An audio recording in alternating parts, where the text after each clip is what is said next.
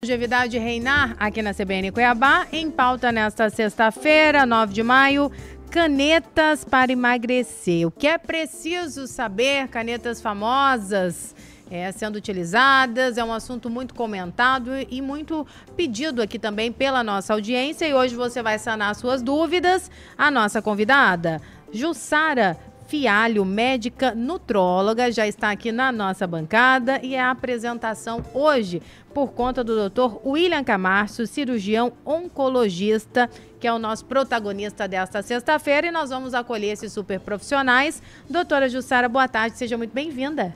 Boa tarde, eu que agradeço a todas, é um prazer estar aqui. Nós que agradecemos, são muitos os questionamentos, muita gente utilizando ou desejando os benefícios dessas canetas. Obrigada por conversar conosco. E, é claro, o doutor William também, mais uma tarde na bancada. Muito bem-vindo, doutor. Obrigado, eu que agradeço. Boa tarde, Marcela, professor João Edson e todo mundo que nos acompanha para falar desse tema que está todo mundo conversando sobre ele, né? E esse mês a gente vai ter novidades com a chegada de uma nova caneta que a doutora Jussara vai comentar com a gente, e eu acho que está todo mundo com dúvida sobre isso. Com certeza. Doutora Jussara, já começa explicando um pouco, de forma geral, sobre essas canetas, porque elas chegam ganhando força no mercado, inibidores de apetite, promessas de emagrecimento rápido. Fala um pouco, olhando para um passado recente, sobre o desenvolvimento, a criação, até chegar no mercado e serem tão desejadas por quem quer perder peso. Tá, então essas substâncias, se a gente for olhar na história, não são tão novas assim, né? Esses análogos, né, de hormônios gastrointestinais já vêm sendo estudados há algumas décadas, mas a ponto de ser comercializado e aplicabilidade disso, né, para reduzir o diabetes, para ajudar na perda de peso, isso sim é bem recente, né? Então, de dezembro de 2023, talvez a gente tenha tido aí a permissão para esse uso. Claro que, assim, se a gente for analisar que a obesidade é uma doença multifatorial, assim como o diabetes tipo 2, né, onde essas canetas são mais utilizadas, nós não podemos ampliar isso ou banalizar achando que é só um inibidor de apetite ou algo que tenha que ser, né, todas as pessoas que queiram utilizar possam, porque é um medicamento, né? Não sei se assim a gente pode explicar a respeito deles, porque eles são substâncias que foram isoladas baseado num fator fisiológico, quer dizer, todo mundo tem um mecanismo, né, muito bem orquestrado quando a gente começa a se alimentar, de estimular o intestino a avisar o cérebro e aos tecidos de que a gente já está recebendo os alimentos. Então, baseia-se mais ou menos nisso, né? Essa substância foi isolada e ela simula o que esses hormônios fariam, que é avisar o cérebro, olha, pode comer menos, olha, o intestino já está sendo alimentado, né? E aí, com isso, é que foi feito esse aprimoramento para usar nessas duas patologias que eu citei. Perfeito. Deseja contribuir, doutor, nessa introdução? Eu acho que a doutora Jussara falou com muita propriedade, né? Só lembrar que eles inicialmente eles começaram a ser usados para o tratamento do diabetes, né? Principalmente diabetes do tipo 2. E aí eles viram que, como um efeito colateral, o paciente emagrecia, justamente porque esse mensageiro chega lá e diz, pode parar de comer porque você já está cheio. E aí, vendo essa estratégia, né, e essa possibilidade de causar também emagrecimento, isso foi se tornando uma febre. E virou uma febre, né? Virou uma coisa extremamente comercial, mas que a gente não pode deixar de ter em mente essa questão de que é um medicamento. Como todo medicamento, tem a sua indicação, que deve ser bem avaliada, e os seus efeitos colaterais também. Quer perguntar, professor? Eu queria que vocês falassem um pouco dos riscos, né? Porque quando se trata dessa questão, a automedicação ou até a medicação via doutor post do Google que aparece ali, ela é bastante utilizada, né? Já que vocês falaram que pode ter contraindicação, tem efeitos colaterais. Queria que vocês falassem um pouco sobre isso. Tá, posso? Claro. Então, inicialmente, assim, como é um análogo, né, hormonal, quer dizer, a indústria isolou a substância e tentou produzir comercialmente esse análogo de hormônio, quer dizer, que é um similar, né, do hormônio que a gente normalmente já fabrica. No próprio organismo, essa substância ela é degradada em minutos, né? E o que eles fizeram? Prolongaram isso. Então, a gente tem canetas que podem prolongar o efeito desse, né, dessa medicação, desse hormônio, no caso, que duraria durante alguns minutos da sua alimentação. Eles prolongaram isso durante 24 horas, que é o caso da liraglutida, ou até 7 dias, que é o caso da semaglutida, né? Que é falando em nome comercial, não sei se a gente pode, mas, né? Então, a liraglutida seria o Saxenda, o Victoza, e a semaglutida, o mais conhecido é o Ozempic e o Wegovy. Então, eles ampliaram o tempo de uso desse hormônio de uma forma industrializada, quer dizer, é um agonista, né, um similar. Entendendo isso, quer dizer, que a gente tem receptores tanto no pâncreas, como no cérebro, como no intestino, então, olha a vastidão de ação, né, dessa substância. É claro que não é mágica, como a gente sempre diz, né? Dizer que só ele vai fazer emagrecer ou fazer controlar o diabetes não é verdade. Então, existe aí por trás toda uma reeducação, né, que a gente sempre vai orientar. Por quê? Porque em algum momento você vai ficar livre desse medicamento, né? E falando em efeitos colaterais, assim, como eles retardam o esvaziamento do estômago e do intestino, pacientes ou pessoas que tenham, por exemplo, refluxo gastroesofágico, pode ser que isso piore muito, né? E essa pessoa vomite tanto a ponto de desidratar, né? E desidratando pode ter problemas renais. A gente sempre sugere, assim, em ratos, nos estudos, foi visto que poderiam desenvolver alguns tumores. A gente não sabe se em vivo, né? Se no ser humano isso se aplica, mas assim, tumores de pâncreas, tumores de tireoide, até uma certa pancreatite, que é a inflamação do pâncreas, isso também pode acontecer. Então, é aquilo que eu falei, não é mágico. E por isso que a gente sempre sugere que passe por uma avaliação médica, uma consulta e um acompanhamento, para que todos os pormenores, né, antes da prescrição e o acompanhamento durante, sejam realizados da melhor forma.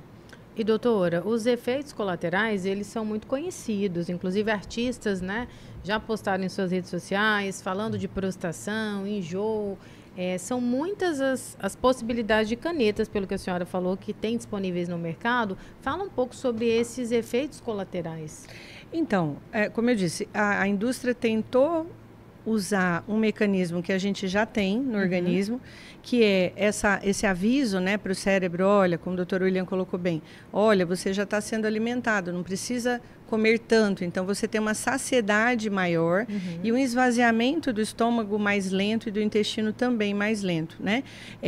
Cada substância tem uma duração, então aquelas que são de uso diário, elas têm, é como se essa degradação, essa duração da ação, né, fosse de 24 horas.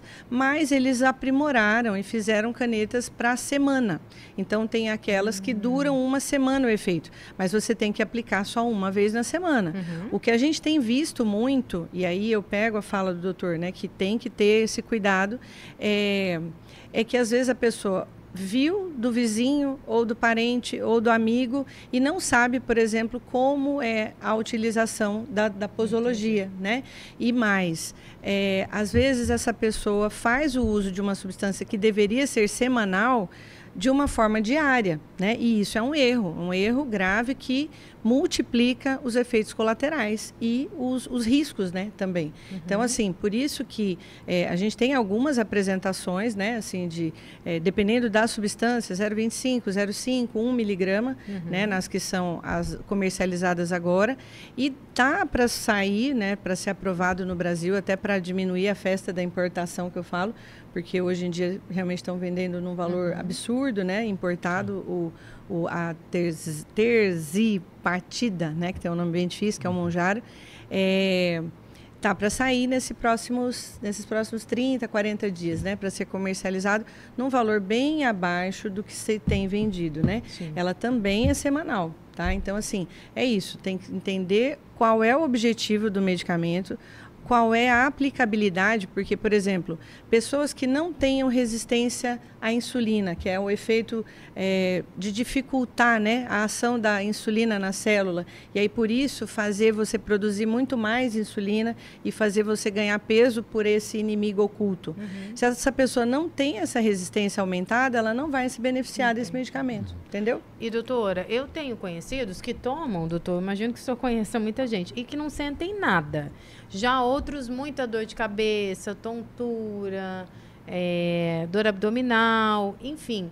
E eu tenho um padrasto que é diabético que não consegue tomar o Ozempic, que é a indicação por mal-estar. Também é muito de organismo para organismo, e aí tem que ir fazendo tentativas? É correto a expressão, doutor? Tem que entendê-lo como medicamento. Então, tem gente, por exemplo, que não pode tomar dipirona porque sente qualquer coisa, né? Sente mal-estar, enfim, ao invés de melhorar, piora. Cada organismo ele vai responder de uma forma diferente a um medicamento.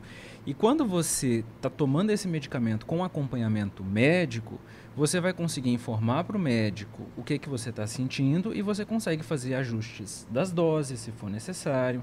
Você consegue trocar um por outro, porque são de mesma classe. Então, ter esse acompanhamento junto, ele é fundamental. E cada organismo ele vai responder de uma forma a um determinado medicamento. Eu até queria completar, perfeito, né? Existe também algumas pessoas que fazem uma mialgia, que seria uma dor muscular muito importante, por isso a prostração, que às vezes é impossível a pessoa manter o uso. Eu tenho um colega médico que tinha indicação, era diabético, estava acima do peso, quis tentar utilizar e não conseguiu, porque essa dor muscular era tão intensa que tornava incapacitante, por exemplo, o trabalho. Ele falou, não dá certo, mesmo com uma dose supervisionada, né? Então, assim, a gente até sempre diz, né, William, entre os médicos, né, que se o medicamento fosse só ele e a bula, não precisava de médico, né? Era só ler a bula, estava tudo certo ali, mas não é. Quer dizer, existem as situações em que a empresa farmacêutica consegue detectar, né, dos riscos, dos efeitos colaterais. A gente consegue individualizar o cuidado, né, quando você conhece o paciente, conhece quais são as prioridades dele, quais são os problemas que ele enfrenta, né, eu digo, o inimigo oculto, né, que ele tem que tratar. Então, é por isso que é muito individual, né, assim, pode ser que essa pessoa tenha, sim, uma facilidade para o uso ou uma dificuldade que seja até impossibilitada. Ele acabou nem conseguindo, no caso. É um assunto que interessa muita gente, hein, doutor Williams? Tem muita pergunta já chegando por aqui. E tem uma que pergunta sobre os manipulados destas fórmulas, doutora, se tem eficiência. Quem pergunta é a Karine. Olha, eu vou dar a minha opinião, né? Quer dizer, é um medicamento que passou por várias fases de análise, pesquisa e aprovação. A gente não tinha aprovação até pouco tempo, a gente está dizendo que vai ser lançado, por exemplo, o Mounjaro daqui 1 mês e meio, né? Então, eu não sei se os manipulados teriam, né, o mesmo controle de qualidade que uma empresa dessas coloca para disponibilizar no mercado. Então, a gente, a princípio, não indicaria os manipulados. Tá? De forma geral, de forma das geral, em geral. Por hora, não, porque é um remédio muito novo e que, volto a dizer, existe todo um selo de qualidade, né, que uma indústria dessas coloca e que a gente não sabe se uma farmácia de manipulação, nesse momento, está preparada para executar. Sem falar que, recentemente, teve uma matéria sobre medicamentos sem eficiência, né? Falso, tá? E sem conta, então, assim, pegando verdade, na verdade, misturas, né? Sim, que a gente não... Exato. Volta e meia, eu ficava acompanhando, assim, aqueles que gostam do esporte, né? Quando você via, por exemplo, o César Cielo na natação, sim, ser pego por doping. E aí você fala, nossa, ele é atleta, como assim doping, né? E aí eu acompanhava para ver o que tinha acontecido. Sim. E, na verdade, dentro dos suplementos que ele usava para uma performance que, a princípio, seria possível, né? Tipo, um whey protein, uma fórmula aí para ter mais energia. Dentro da formulação, apesar de não estar documentado no frasco, tinha substâncias ilícitas que ele não poderia ter consumido. Então, isso torna a gente muito frágil, né? Quando você não conhece a procedência de quem está manipulando, né? Entendeu? E existem outras, né, doutora? Da mesma forma que essa, né, que a gente hoje coloca em pauta, que são as canetas tão famosas, eu imagino que existem também outras fórmulas, né, manipuladas, que também têm esse propósito e já validadas no mercado. Isso, perfeito, perfeito. Que você colocou agora, eu já estava esquecendo, achei ótimo você lembrar. Imagina. A gente fala que na obesidade é uma grande escada, né? Então, se a gente imaginar que você tem vários degraus para percorrer, então tem aquele paciente que tem a tendência, porque não é um fator só, então não é só a resistência à insulina, às vezes é aquela genética que não é tão favorável para essa perda de peso, às vezes é uma pessoa que tem um desgaste maior ao fazer atividade física, então assim, a gente tem níveis de tratamento que vão desde o primeiro degrau até o último, né? O último degrau eu diria que seria a cirurgia, né, bariátrica, né? Então, antes deles e antes das canetas, a gente tem medicamentos consagrados no mercado com mais de 5, 10, 15 anos e que têm efeitos bons também. Doutor, vamos fazer uma pausa breve, só por conta do repórter CBN, que chega trazendo os destaques do Brasil, e daqui a pouco a gente segue ouvindo os doutores sobre as famosas canetas emagrecedoras. Manda sua dúvida para cá, não deixa só no WhatsApp não, manda aqui no nosso. Entre amigos é bom conversar, mas os doutores vão responder. 99803-5580 é o contato e a gente volta bem rápido.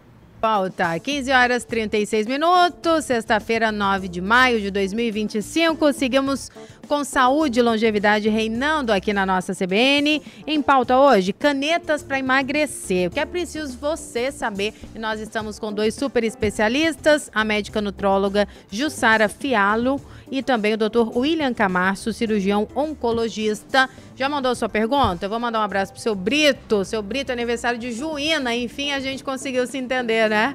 Ai, seu Afonso. Silvano, querido, participou. Adilson, obrigada aqui pelas mensagens, pela sua participação, que é fundamental.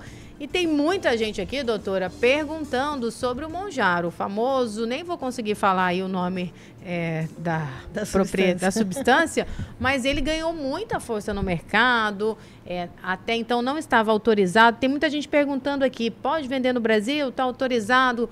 Quando começa? Um valor médio? Vamos sanar essas dúvidas, já que pelo que eu percebi, doutor William, doutora Jussara, tem muita gente na expectativa da chegada dele. Sim. Tem gente em fila de espera nas farmácias para chegada já. Nossa. A maioria das farmácias tem fila de espera já. Então, existe uma previsão para os próximos 2 meses, né, para ser comercializado no Brasil, num valor médio aí R$1.400, R$1.500 a caneta.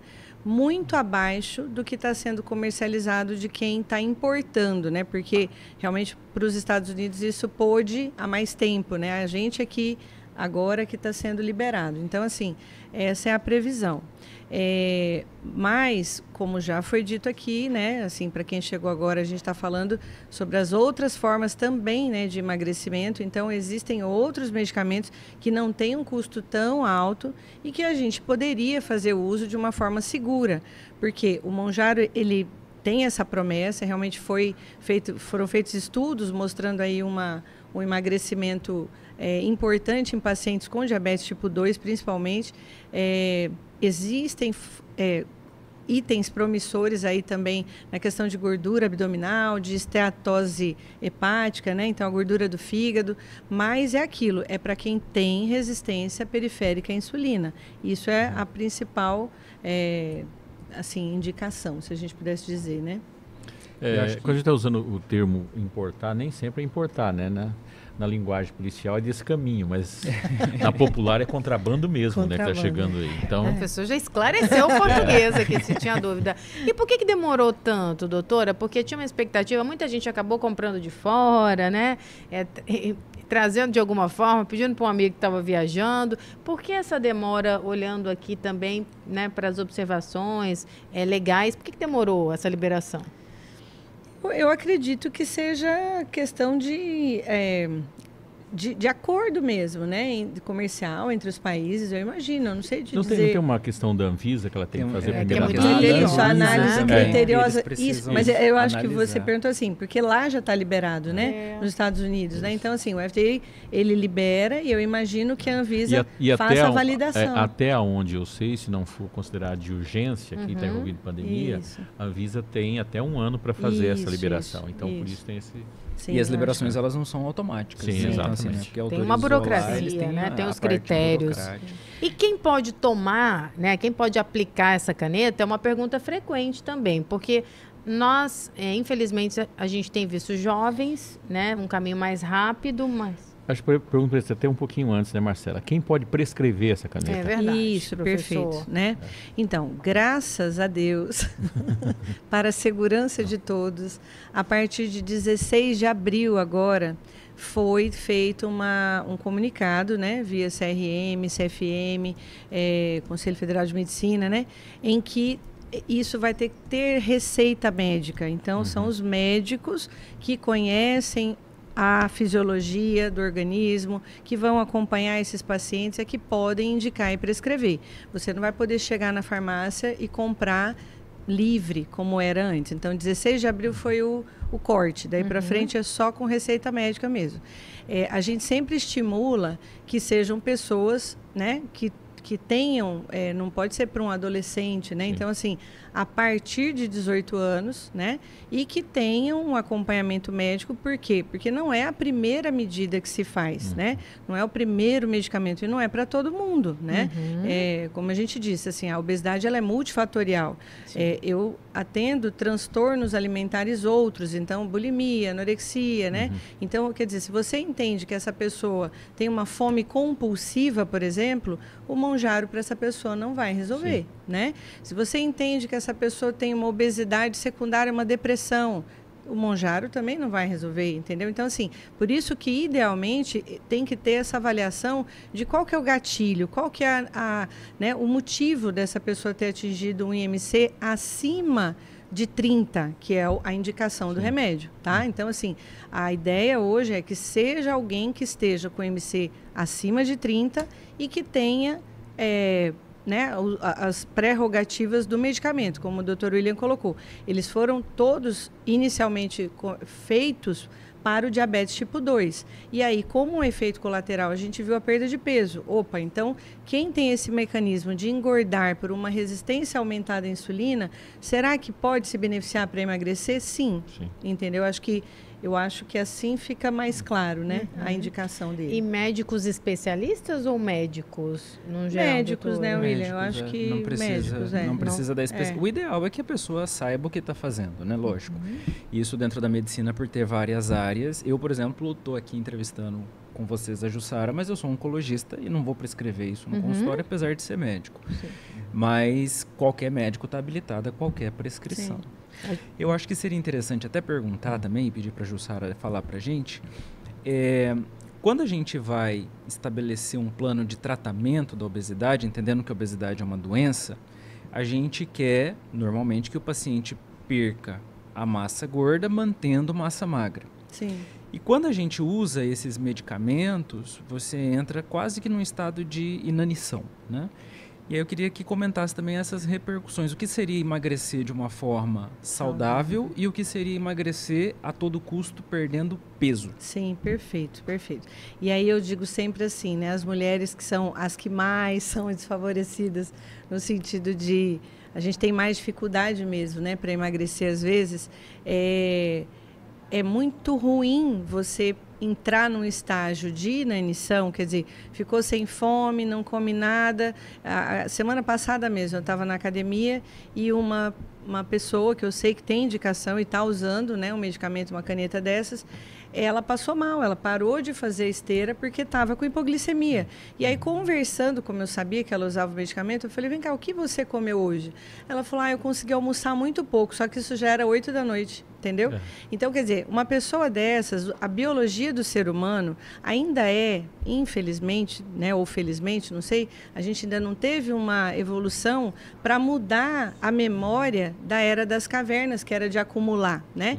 Então, a gente tem a tendência, a gente foi selecionado porque guardava um pouquinho, porque não tinha alimentação fácil. Só que, graças a Deus, a gente evoluiu, né? A inteligência, as revoluções todas, e hoje a gente tem prateleiras muito fartas em mercados, né? E a gente passou a ter que se modular no que vai consumir. Então, ficar em inanição, você está mandando uma mensagem para o seu organismo que você, uma mensagem, lógico, né, biológica, de que você está num lugar sem comida, numa caverna sem comida. E aí o que ele vai fazer? Ele vai consumir o que mais gasta, que é a musculatura. Não necessariamente a gordura, porque a gordura, ela gasta pouca energia. O que gasta muito? Músculo. Só que no futuro breve, que, né, quando você voltar a ficar sem o remédio e voltar a se alimentar um pouco mais, aquela memória de, nossa, estava num lugar sem comida, às vezes qualquer coisa a mais que você vá fazer uso vai recuperar esse peso. Então, por isso que não é tão simples o emagrecimento, né? E não é comprar uma caneta 1 mês, 2, fazer o uso, emagrecer 10 quilos, não sei, né? E não ter um acompanhamento. Por isso que a gente fala que tem o período da indicação, tem o período do acompanhamento e o período da manutenção, né? Hoje, a gente considera, até para uma cirurgia bariátrica, só está indicado quem tem peso para isso, se a pessoa fez 2 anos de acompanhamento clínico antes e não teve sucesso. Essas canetas e os tratamentos para emagrecer, a gente usa mais ou menos o mesmo tempo, né? Então, seriam 2 anos de acompanhamento para ver se essa pessoa realmente mudou os hábitos, se reeducou e tudo mais, né? O William falou, realmente, todos os médicos poderiam prescrever, mas a gente sempre diz que aqueles que gostam, né, de tratar a obesidade, que entendem um pouco do metabolismo, eles acabam conseguindo um resultado melhor. É mais ou menos essa a ideia. Como é algo que é externo, tudo que é externo é complexo do ponto de vista emocional, nós temos a questão da obesidade, mas nós temos questões também meramente das relações estéticas, das pessoas não se conformarem com o corpo que tem. E a gordura localizada, aquela barriguinha que incomoda. Qual que é a... Vou chamar de conselho aqui, na realidade, qual que é o caminho? Porque eu estou perguntando isso, porque do ponto de vista emocional, quando eu trato de algo externo sobre a visão do outro, ele gera comportamentos emocionais. O principal deles é justamente a ansiedade. Veja bem, a gente está falando do medicamento, quando a gente fala no tratamento médico, a gente fala de todo um processo de passo, de exame, de consulta, análise, acompanhamento, uma série de coisas. Mas se eu tenho ansiedade, isso vai fazer com que tente cortar caminho. Isso é próprio da questão humana, né? O que vocês falariam para essas pessoas do ponto de vista médico? Escuta, eu ouvi falar que tem um milagre. E nós, por natureza é uma coisa muito latina, não é, o Oriente, por exemplo, não é desse jeito, né? Eu estudo a questão dos comportamentos. Nós optamos por milagre em tudo. Tanto nós jogamos na Mega Sena porque a gente não quer ter um planejamento de trabalho para ganhar dinheiro. A gente quer ganhar dinheiro de uma vez só. Na saúde a gente não é diferente. O que vocês teriam para falar para essas pessoas? Na verdade, me parece que a palavra que eu escuto mais no meu meio não é nem milagre, professor, é um acelerador, é uma rapidez, uma vontade de resultados mais rápidos. Na verdade, é um atalho, né? Atalho, é um atalho. Porque a gente entendendo a obesidade como doença, a gente vai entender que o caminho do tratamento não é simples, como toda doença. Ele vai envolver, se você for pensar numa estratégia de emagrecimento com saúde, em manutenção de massa magra, perda de massa gorda. E isso vai ser necessário ou vai ser atingido a partir de mudança de hábitos alimentares, que vai fazer com que a gente queira comer menos alimentos calóricos. E aí, pegando isso que a Jussara falou da nossa memória, né? Por que a gente gosta tanto de doce? Por que a gente gosta tanto de gordura? Por que são tão palatáveis? Porque é aquilo que dá mais energia mais facilmente para o organismo e ele consegue armazenar de uma forma muito rápida de um tempo em que você não sabia quando você ia comer a próxima vez. Só que agora ficou tudo muito mais fácil. Então, você lutar contra uma coisa que é biológica, né? É pesado. Então, quando você tem esses artifícios que funcionam como um atalho, eles fazem com que o seu organismo trabalhe menos. E o nosso organismo sempre quer trabalhar menos, gastando menos e ganhando mais. Né? Então, se a gente for pensar sobre essa ótica, o medicamento ele vem como um milagre. É muito mais fácil você emagrecer usando esses medicamentos do que fazendo toda aquela estratégia que tem de reeducação alimentar, atividade física e por aí vai. A grande questão é o preço que ele cobra, né? Eu acho que é isso que é o grande dilema quando a gente pensa nisso. Ele não é milagroso. Eu até diria também, William, completando, né, a sua fala aqui, se a gente for imaginar, né, a obesidade como uma cadeira de 4 suportes, né? Eu não posso usar só um, né? Imagina que você se equilibre sentado em uma das pernas só, que é o remédio. Não vai adiantar, você vai cair. A mesma coisa se eu pegar só 2. Não, eu quero tomar o remédio e vou comer pouco. Ou eu vou... você também não se equilibra. Então, a gente sempre fala que, na avaliação, a gente olha como que está a ingestão, como que está a socialização dessa pessoa, se ela consegue fracionar, se ela consegue atingir o que a gente chama de recomendação diária de ingesta, né, de micronutrientes, se ela consegue atingir os níveis de energia que ela precisa para aquela atividade que ela executa, né?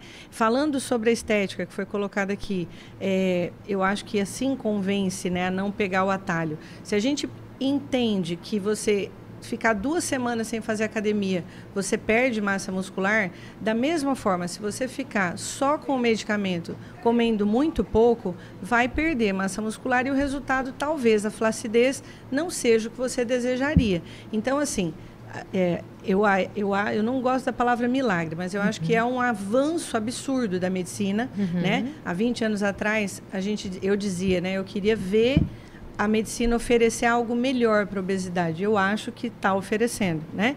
Mas, de novo, não é algo que seja livre de acompanhamento profissional, né? Até para pegar todos os pilares, reeducação, atividade física, a oferta de micronutrientes e, talvez, o medicamento.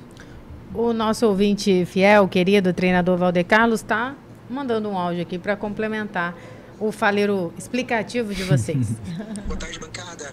Bom, é interessante essa discussão, né? Eu sou super a favor de procedimentos, de medicamentos, lógico, desde que com acompanhamento, não é? Mas, infelizmente, as pessoas esquecem. As pessoas esquecem do importante que é alinhar tudo isso à prática de atividade física também orientada, né? Eu tive um probleminha de saúde, deficiência da tosse aqui, e quase 30 dias sem treinar, meu peso se manteve o mesmo, mas o meu percentual de gordura aumentou absurdamente. Então, além da alimentação, além da medicação, a gente tem atenção também com a atividade física, com exercício físico, aliás. Pode comentar, o que a gente... Perfeito, né? Eu admiro muito ele, já vi assim, correndo e tal. A turma que ele agrega, né, com ele. Enfim, é isso que a gente acabou de falar. Quer dizer, o organismo ele entende o músculo como sendo um se a gente tivesse que dizer qual que é a estrutura que mais gasta energia, é o músculo. Então, ele entende que se você não estimula, não faz uma atividade física ou não fornece energia o suficiente, é a primeira coisa que vai embora. Tanto que a gente, a nível hospitalar, tem essa preocupação de não deixar a musculatura desses pacientes ir embora, porque isso vai trazer um resultado muito pior. Então, eu acho que mesmo do ponto de vista estético, se você entende que o seu aspecto vai ser de doente, não de uma pessoa bem cuidada, caso você use só uma estratégia mal indicada ou isso de fazer um uso de uma dosagem numa posologia errada, quer dizer, é para ser semanal e passa a usar diariamente, isso vai trazer uma consequência muito ruim. Fora os riscos que a gente tem preocupação, que é aquilo da pancreatite, né, como foi falado aqui. Então, assim, é um excelente recurso, tem toda a promessa para dar certo, mas tem que ser avaliado, porque não é todo mundo que talvez vá precisar, né? E a automedicação, né, doutora? Sim. Uma atenção redobrada, porque infelizmente tem muita gente se automedicando e são muitos os riscos, não é um risco Sim, só, né, sim, doutora? Sim. Como tudo, né? Como a gente falou, é um medicamento, é uma droga, é um análogo, né? Quer dizer, está imitando uma substância que você tem no organismo. Mas era uma substância que duraria minutos e, de repente, a gente está estendendo isso em dias, né? Qual é a consequência disso? Assim, o futuro que vai dizer para a gente. E aqui a gente pega uma situação, né? Há pouco tempo a medicina, eu lembro de eu ter escutado isso até em ambiente acadêmico, né? A gente tinha, assim, mais segurança de prescrever medicamentos que passavam de 4, 5 anos, né? De uso. Sim. Hoje em dia não, as pessoas não têm mais medo. Se lançou no mercado, já vai para a farmácia, já está com fila de espera. Então, eu acho que assim, entendendo que a gente também está reconhecendo esses riscos agora, eu acho que a prudência e o equilíbrio são as melhores palavras, né? Perfeito, doutora. E, doutor, o senhor, como é de uma área distinta, pode mascarar outras doenças também, o excesso dessa medicação ou essa automedicação? Pode. Primeiro que a gente já teve, aí puxando um pouquinho a sardinha para o lado da oncologia, a gente já teve alguns trabalhos laboratoriais mostrando uma possível incidência, um aumento de tumores em ratos, né? Se isso vai ter uma repercussão na população em geral, ainda não conseguimos dizer, porque agora que a gente está começando a ver os efeitos disso. Dá até para a gente traçar um paralelo, por exemplo, com quando a gente fala de manipular a questão fisiológica para obter um resultado superestimado, quando a gente pensa também em anabolizantes, né? Que é a mesma coisa, você está usando hormônios que são produzidos ou são similares ou são análogos aos que a gente já produz, mas numa dose elevada, que acabam levando a um desequilíbrio que gera um aumento de células e, consequentemente, o risco dessas células se transformarem em câncer. Então, quais são as consequências reais do uso a longo prazo, a gente ainda não tem, né? Vamos torcer para que, com essas medidas, elas façam que os pacientes usem isso sob acompanhamento, mas mesmo o medicamento sob acompanhamento não tira o risco dele trazer alguma outra doença associada, né? Doutor, fez um alerta importante. 15 horas e 56 minutos, reta final. Deixa eu me virar aqui para o meu parceiro de bancada. Uma última pergunta, professor? Provavelmente, depois de ouvir isso, né, da fala de vocês, da orientação de vocês, deve ter muita gente confusa, né? E brigando aí entre os desejos de... Eu já tinha até encomendado, eu ia encomendar, falei com o confuso fulano, não, tá esclarecido, né? Viu, ouvinte? Só que ele fica nesse negócio, o que eu faço agora? Sim. O que vocês falariam para alguém que está aí no meio? Olha, tinha até encomendado, já estava pensando nisso. Qual que é a primeira orientação nesse momento? Então, a primeira orientação é sempre buscar ajuda médica ou de um especialista, né, na área de nutrição, ou alguém que conheça a respeito de metabolismo, endocrinologista, médico nutrólogo, para que seja feita essa avaliação se realmente é necessário usar algum tipo de medicamento para esse emagrecimento. É o que eu sempre digo. Quando a pessoa está acima do IMC normal, né, então se está acima do IMC 30, que essa pessoa precisa emagrecer, todo mundo concorda. Qual é a estratégia que a gente vai usar para que isso aconteça, né? É que às vezes talvez seja divergente. Tem aqueles que pulam as etapas, como eu falei, da escada de vários degraus e, por exemplo, engordam para fazer até uma cirurgia. É do mesmo jeito, se você pular as etapas e ir para um medicamento novo para emagrecer 2, 3 quilos, eu digo que tem alguns remédios que são uma bala na agulha só, quer dizer, você vai usar uma vez, ele vai ter um super efeito, depois não vai ter mais. Então, será que se você usar como uma primeira estratégia de alguém que nunca usou medicamento nenhum, eu não vou estar pulando as etapas para essa pessoa? Então, eu acho que o resumo, a dica é o seguinte: é um avanço na medicina, isso é incontestável, que bom, né, que os cientistas conseguiram isolar essas substâncias, que bom que aparentemente elas são bem toleradas se bem prescritas, não é ir lá no balcão da farmácia comprar e começar a usar, é entender que existe uma progressão até de dose. Às vezes, se você compra de 1 miligrama e você não vai conseguir começar em 1 miligrama, né, no medicamento. Então, por isso, o acompanhamento sempre médico, né? E entendendo que é uma boa estratégia, mas que existem outras que têm que estar em paralelo, eu acho que é isso, é procurar sempre a ajuda de um especialista, né? Obrigada, em todas doutora. as áreas. Obrigada. Doutor William, reta final, fica à vontade se faltou algo que o senhor queira destacar. Eu vou só tirar da fala do professor João. Nós não viemos aqui para demonizar o medicamento. Né? O medicamento ele tem indicações muito claras, muito precisas. Ele tem excelentes resultados. A gente não pode dizer que ele não tenha o resultado que ele precisa ter. A grande questão é a gente entender que é um medicamento, né? Não é um suplemento que você vai à farmácia e compra um whey, toma o whey esperando que você vai ganhar massa muscular. É um medicamento e o ponto fundamental é só repetir isso que a doutora Jussara falou. A gente precisa de acompanhamento médico. Tem o acompanhamento, tem a indicação. Agora, a obrigação da prescrição e a responsabilidade do médico que prescreveu e vai te acompanhar é um medicamento que deve ser utilizado e que não deve ser demonizado. Pelo contrário, deve ser celebrado. Perfeito, doutor. Com essa fala a gente chega ao fim de mais uma semana aí do nosso Saúde e Longevidade. A gente faz questão de fechar sempre o nosso faleiro, colocando saúde como prioridade, e fizeram muito